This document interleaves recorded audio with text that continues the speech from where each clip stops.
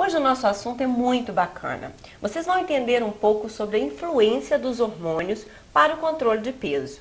E para esse assunto, eu convidei o médico Dr. Ângelo Silvestre, porque ele vai nos dar excelentes dicas e explicações. Bom, os hormônios, eles são pequenas moléculas produzidas em várias partes do nosso organismo e eles também vão agir de forma global em todos os órgãos e sistemas. Na verdade, todos os hormônios influenciam no controle do peso, mas principalmente, vamos citar aqui só os principais, os hormônios sexuais, que são o estrógeno e a progesterona, o hormônio do crescimento, o hormônio da tireoide. Primeiro nós vamos falar sobre os hormônios sexuais, que são o que as pessoas mais conhecem. Explica para o pessoal, doutor Ângelo, como é que é a ação tanto do hormônio feminino quanto do hormônio masculino no nosso organismo.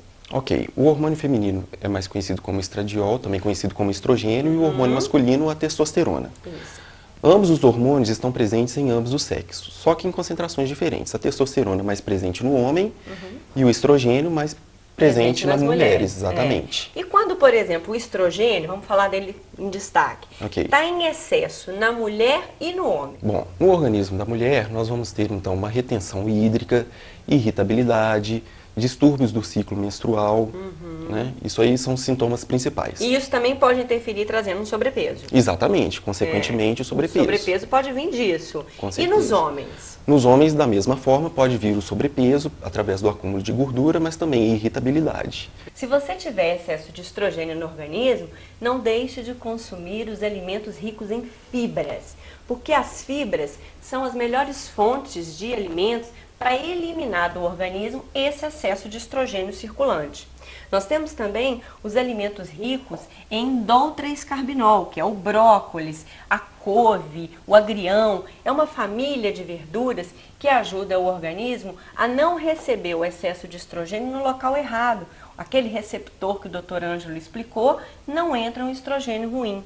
Também o consumo de cebola, maçã e o chá verde. Como nós vimos, as mulheres e os homens também possuem testosterona. E o desequilíbrio desse hormônio, como é que fica, doutor Ângelo? Na verdade, nós podemos ter uma deficiência dessa testosterona nas mulheres, principalmente através do uso de anticoncepcionais. Muito comum, né? Muito comum hoje em dia. Então, nós podemos ter, então, uma dificuldade de ganhar massa muscular e uma dificuldade de perder gordura nessas mulheres com deficiência de testosterona.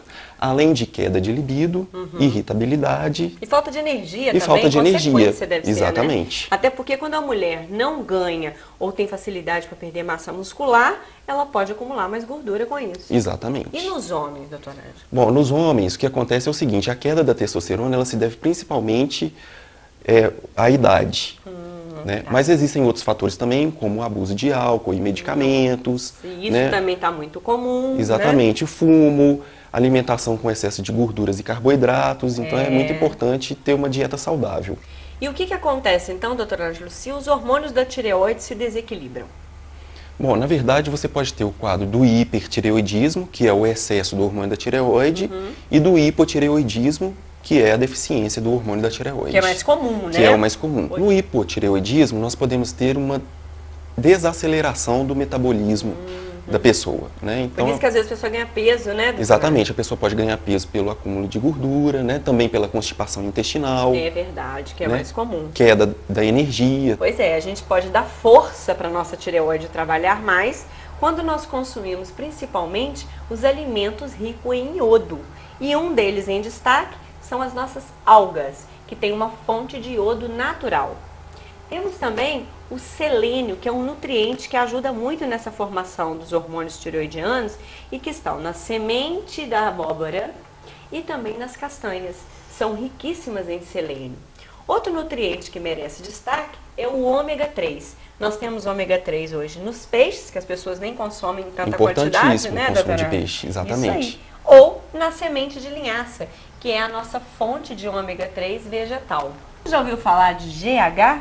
Pois é, ele também tem ação importante pra gente, né, doutor Ângelo? Explica isso melhor. Exatamente. O GH é o hormônio do crescimento.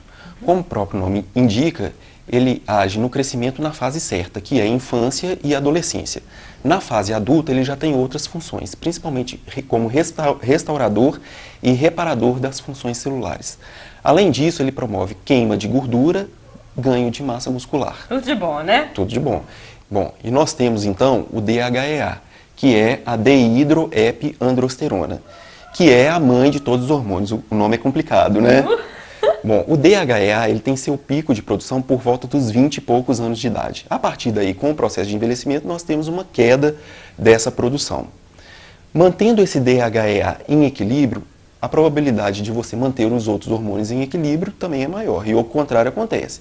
Um desequilíbrio desse hormônio vai acarretar também o desequilíbrio dos outros hormônios.